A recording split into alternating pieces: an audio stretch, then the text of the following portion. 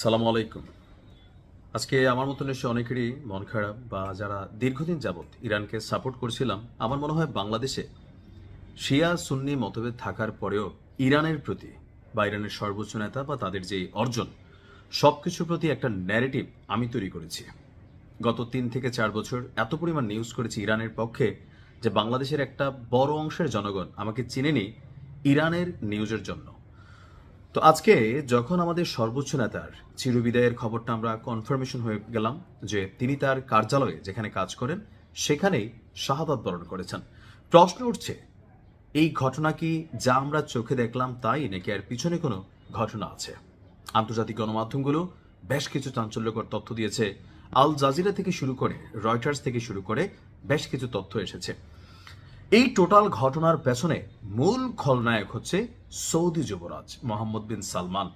অনেকে ভাবতে পারেন যে ভাই এটা কি আসলে সত্য? অনেকে আমার ইনবক্স করতেছেন, আমি আসলে আমার একটা মার্কেট আছে, এটার ব্যস্ততার কারণে নিউজগুলো আপডেট করতে পারছি না, কিন্তু ঘটনা সত্য। আপনাদেরকে আমি একটু পিছনে নিয়ে যাই। গেল 3 থেকে 4 মাস আগে আমি একটা নিউজ করেছিলাম যে সৌদির যে বর্তমান রাজা তিনি তার যে যুবরাজ সালমানের যে আরেকটা ভাই আছে প্রতিরক্ষা মন্ত্রী সম্ভবত সৌদির, সে গিয়েছিল ইরানে। তো আমরা দেখছিলাম, পজিটিভ নিউজ করছিলাম যে দেখো সৌদি ইরান এক হয়ে গেছে, মধ্যপ্রাচ্যে বাঘ সিংহ যখন কাঁধে কাঁধ মিলিয়ে চলবে জঙ্গল শান্ত হয়ে যাবে। কিন্তু পরবর্তী সময়ে আন্তর্জাতিক গণমাধ্যমে প্রকাশিত হলো ওই সফরের মধ্যে বাদশার লিখে একটা চিঠি নিয়ে গেছিল ইরানের কাছে কি যে আমেরিকার সাথে পাঙ্গা নিও না, ওই পরমাণু কর্মসূচিটা বন্ধ করে ফেলো। এখন সৌদি কেন ইরানের পরমাণু কর্মসূচি বন্ধ চায়? কারণ সৌদি জানে যে মধ্যপ্রাচ্যে তাদেরকে যদি কখনো কেউ টেক্কা দেয় সেই রাষ্ট্রটার নাম হচ্ছে ইরান। এমনকি আমাদের কি বলা হয় যে এই শব্দগুলো নিলেও তো ভেজাল, বীরদের একটা পার্ট ইয়েমেনে যারা বসবাস করে, নিশ্চয়ই নাম বুঝতে পারছেন। তো এখানেও কিন্তু ইরান তাদের একটা প্রক্সি টিম পালন করে যারা বিভিন্ন সময় ইরানের পক্ষে লড়াই করে। এই প্রক্সি টিমের আবার মাঝে মাঝে সৌদির সাথে ভেজাল, এখানে দুইটা গ্রুপ আছে। তো এটা থেকে সৌদি কিন্তু গেল কয়েক মাস আগে আপনার ইয়েমেনে বড় ধরনের অভিযান চালিয়েছিল, তাই না?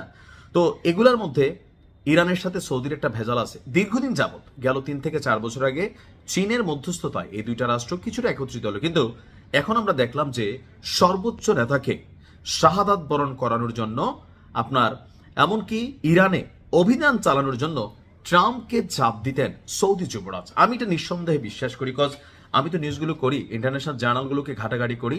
তো সেখান থেকে বেশিরভাগ সময় আপনি দেখেন ইসরায়েলের সাথে রেল যোগাযোগ থেকে শুরু করে অনেক কিছু, মাঝখানে বীরদের সাথে যখন ভেজাল লেগে গেল তখন সৌদি পিস নেমে গেল। এমনকি এই টোটাল ঘটনায় সৌদির যে ভূমিকা থাকার কথা ছিল সেই ভূমিকা দেখলাম না। তো সৌদি যুবরাজ মোহাম্মদ বিন সালমান তার যে একক আধিপত্য মধ্যপ্রাচ্য জুড়ে করতে চায়, একটা রাষ্ট্র ছিল ঝুকাঙ্গানি স্টাইলে, আর সেটা হচ্ছে ইরান। ইরান ছাড়া বাকি যে রাষ্ট্রগুলো আছে সেই রাষ্ট্রগুলো সবাই সৌদির বশ্যতা স্বীকার করে। আরেকটা কালপ্রিট আছে, এটা হচ্ছে আরব আমিরাত ওরফে দুবাই। আপনি দেখেন যে আমেরিকার সাথে যত ধরনের সাপোর্টিং ইস্যু দুবাই দিচ্ছে, ইরানের সাথে দুবাইয়ের ভেজাল আছে, অর্থাৎ আরব আমিরাতের ভেজাল আছে। এমনকি ইরানের পারমাণবিক শক্তি সক্ষমতা নিয়ে পশ্চিমা বা ইসরায়েলের যতটুকু সমস্যা তার চেয়ে 10 গুণ বেশি সমস্যা এই আরব রাষ্ট্রগুলোর। কারণ তারা মনে করে যে বসের সাথে ঠিক থাকা মধ্যপ্রাচ্যে রাজত্ব করতে হলে এইখানে বসকে পাত্তা দ্বারা যে রাষ্ট্রটা one and only bluetooth man আমাদের সর্বোচ্চ নেতা, তাকে শেষ করে দিতে হবে। কজ আমি আমার ব্যক্তি জীবনেও দেখছি একজন মানুষ পুরো একটা সিস্টেমকে আপনার যেমন আপগ্রেড করতে পারে আবার ডেস্ট্রয়ও করতে পারে। আমি বাংলাদেশের উদাহরণই দিই। শেখ হাসিনা যখন বাংলাদেশে ছিলেন এবং এই যে বাংলাদেশে নাই, পার্থক্য কি? একজন নেতার অভাব। তারেক রহমান বাংলাদেশে ছিলেন, বাংলাদেশে নাই। এখন পুরো বাংলাদেশে বিএনপি সাহস শক্তি পাচ্ছে কেন? তারেক রহমান দেশে আছেন। কর্মীরা কিন্তু এই দেশেই ছিল, শুধু নেতা ছিল না।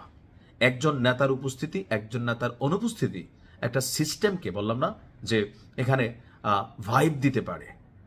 যে ইরান গত 45 বছরে তৈরি হয়েছে, বেছে বেছে গেল 1 বছরে সবগুলো মাথাকে শেষ করে দেওয়া হচ্ছে।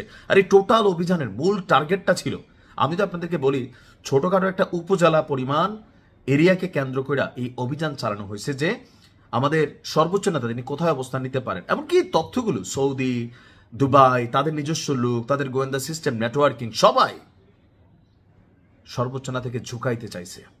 আল্লাহ তাকে জান্নাতের সর্বোচ্চ মাকাম দান করুক। আসসালামু আলাইকুম।